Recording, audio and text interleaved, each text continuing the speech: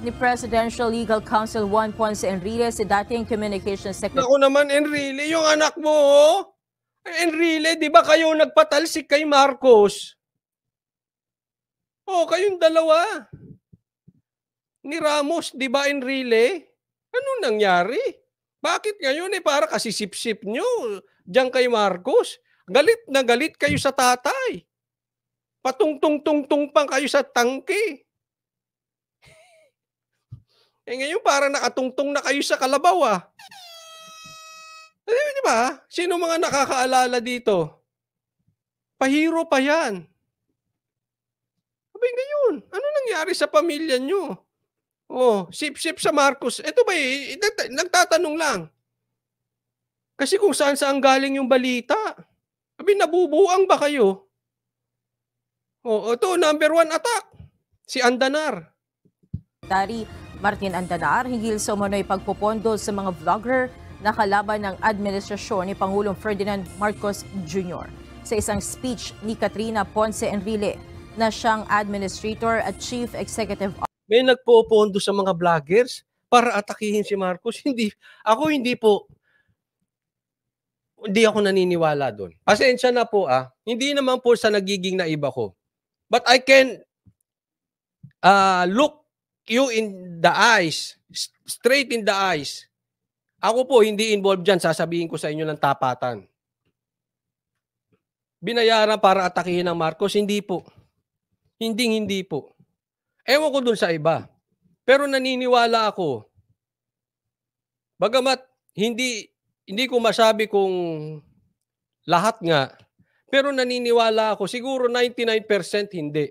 Bakit kanyo? Talagang galit lang po. Kasi sa nangyayari ngayon it's more possible it's the other way around. Pasensya na po, hindi tayo nagbibintang. Pero marami sa yan po yung intro ko kanina, marami sa kakilala namin na minumura si Marcos ngayon biglang nagbaligtad. Hindi ko po sinasabing involved kayo na binabayaran nyo itong mga ito. Pero mas kapani-paniwala yung nandiyan sa kampo ninyo, pumoprotekta sa Marcos Ortay Tambaluslos dahil nakakapagtaka. Dati minumura nila, ngayon biglang himod puwet. Ako po, hindi ako naniniwala dyan. Talagang sadyang, siguro, marami lang nagalit. Posible pa siguro kung sasabihin ninyo. Hindi ko sure Posible pa siguro kung sasabihin ninyo hindi nabigyan ng pwesto. Pero yung bayaran, kaya nagalit, I don't think so. Malabo yan. Malabo po yan. Officer ng Cagayan Economic Zone Authority o CEZA, tahasan nitong pinangalanan si Andanar na siya umanong sumusuporta sa mga Pinangalanan di umano si Andanar na sumusuporta. Pinangalanan dito si Maharlika at si Sas. Si Andanar daw ang sumusuporta. Tingnan nyo sa bandang huli. Pagandang ipinapalaganap ng mga anti-Marcos Jr. vloggers. Ayon pa sa mo may anti-Marcos Jr. vloggers, hindi po. Talagang galit yan. Galit po Sa nangyayari ngayon. Siguro yung mga iba vloggers makaka-relate sa akin. Alam nila Malabo po. Malabo na mayroong bayaran para atakihin si Marcos. Ang hirap po nitong kalaban. Kung aasa ka sa bayad, yung mga maasa sa bayad, ito yung mga walang prinsipyo. Ang hirap kalabanin ang isang nakaupong sa administrasyon kung bayad. Lalo ngayon. Ni Enrile, China umano ang siyang nagbabayad. Kita mo, China. Di umano ang nagbabayad. Ano ba talaga? Si Andanar ang sumusuporta, tapos China ang nagbabayad kay Maharlika at kay Sas? Ewan ko lang din. Pero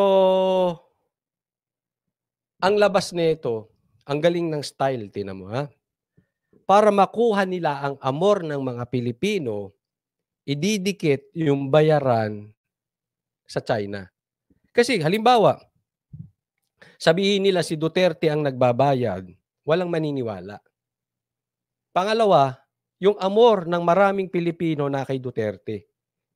So mahihirapan nilang tibagin yung ganong narrative. Kaya ito binanggit, ang lumalabas dito, China. Kasi siyempre bilang Pilipino, meron tayo laging common enemy. Ayaw nating pinakikialaman tayo ng China, ayaw nating pinakikialaman tayo ng Amerika. Pag binanggit mo na yung China, lalabas na dyan yung mga supporters na mga galit sa China. Papaniwalaan siya ngayon. Bakit? Ay oo, grabe talaga yan. Grabe yan China na yan. Galit na galit sa atin yan. Kaya bayad talaga yung mga vloggers na yan. I mean, I cannot speak for them, okay? But sa tingin ko malabo. All I can speak is for myself. 1,000, 1 million, 10 billion, 30 trillion %. Malabo yan. Kay Coach Oli. Yan ang sinasabi ko, malabo yan sa akin. Wala po yan. Kung uunahan ko na kayo, bago pa ano. Sabi dito, nadamay ang China kasi yung head ng Chinese Embassy pumalakpak sa video greetings ni BP Sara. Hindi po, hindi lang yan.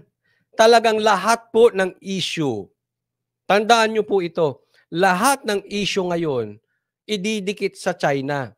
Kasi alam nila si Tatay Digong ay kaibigan yung presidente ng China. Meron pa nga vlogger, ang tawag kay Tatay Digong, si Digong eh. XI Digong. Ganun po katindi yung paninira. Yan po ang kanilang yan ang kanilang choreography. Tandaan nyo po ito, huwag kayong magpapaninlang. Style po nila ito. Ang Duterte, ang kalaban nila, ididikit sa China para makakuha sila ng amor sa mga tatanga-tanga na maniniwala na galit sa China, therefore, dapat galit sa Duterte. Ganyan po ang narrative na palalabasin nila. Mga anti-Marcos vlogger. I just found out also that Martin Andanar is not based here. He is now based in Beijing. He is the one funding all this disinformation. Like, sino ba talaga nagpa-funding? China o si Martin Andanar?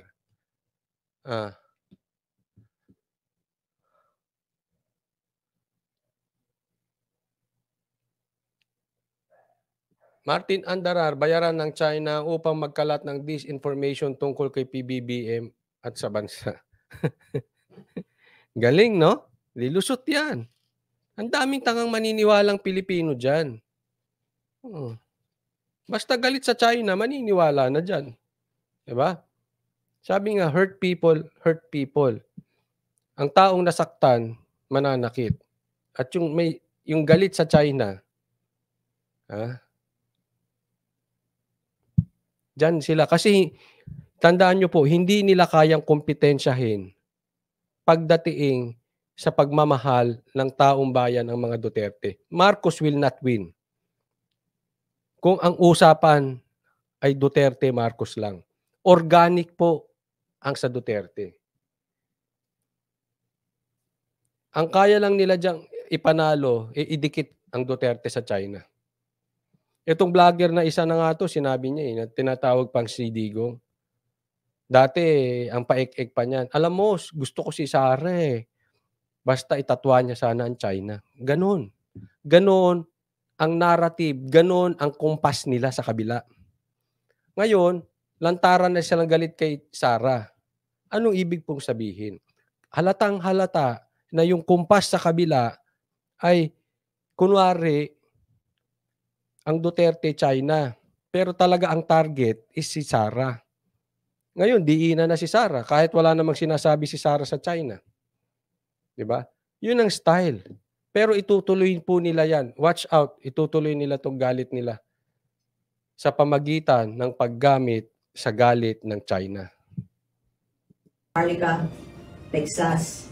You want to continue to listen to their rants? Go ahead. But I'm just...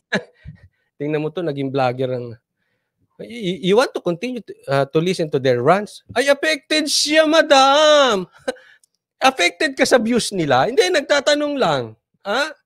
Kasi gusto nyo makinig? Gusto nyo manood sa mga rants nila? Wow. Ay di mag-vlogger ka rin. Hindi. Kasi parang you stick to the topic. Prove mo, dapat may hawak kang ebidensya na si Andanar ang nagiging kasangkapan dito ng China para bayaran si Sas at saka si Maharlika. Dapat ang issue nyo nandoon. Hindi yung it's up to you. Gusto nyo makinig sa rants nila. Ay, ano ka, inggit? Mag-vlog ka rin. Inggit ka sa views nila. Ewan ko sa iyo. Hindi ako inggit. Pinaglalaban lang naman nila ang bayan natin. Bahala ka dyan. Kung sa iyo, inggit ka, karapatan mo yang mainggit. Pero patunayan mo. Kasi alam mo, madali kasi magbintang. Ang tanong, kaya mo bang patunayan? Halimbawa, bigyan kita halimbawa. Ito, halimbawa lang po, hindi ko po kayo fini-fake news ha. Halimbawa, sabihin namin, ikaw ay nangangabit. Ikaw ay kurakot. Ikaw ay sip-sip kay Marcos. Dahil may kabit ka. Halimbawa lang po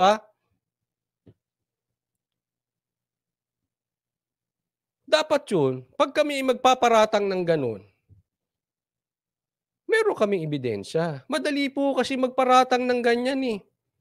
Kahit bobo, kayang gawin yan. Ang tanong, may ebidensya ka ba? Di ba? Paano ngayon yan? Magmumukha kayong fake news pag hindi nyo kayang patunayan yan. Di ba? Ano ka ngayon? Sana, madam, pangako ko po sa inyo, dito sa channel ko, sasabihin ko, bayad din sila. Pakitaan nyo kami ng ebidensya. Pero kung ngawa lang yan, ano ka na lang din, mag-vlogger ka, magngangawa ka na lang din. Selling their being paid from China. Wala pang inilalabas sa pahayag si Andanar hinggil sa mga paratang ng SEZA official. Ngunit sa isang Facebook post, tila nagpasaring ang dating presidential spokesman laban sa mga akusasyon sa kanya ng anak ni Enrile. Sa ngayon ay nagsisilbing news anchor si Martin Andanar ng China Global Television Network. Ayun. Wag sana mauwi, Marcos, ang administrasyon ninyo o ang mga kaalyado ninyo sa fake news. Maglabas sila ng ebidensya. Mahirap yun. Nasa administrasyon kayo, tas ganyan lang. Antayin po namin, madam. Kamusta na po yung tatay nyo? Alagaan nyo. Alagaan nyo.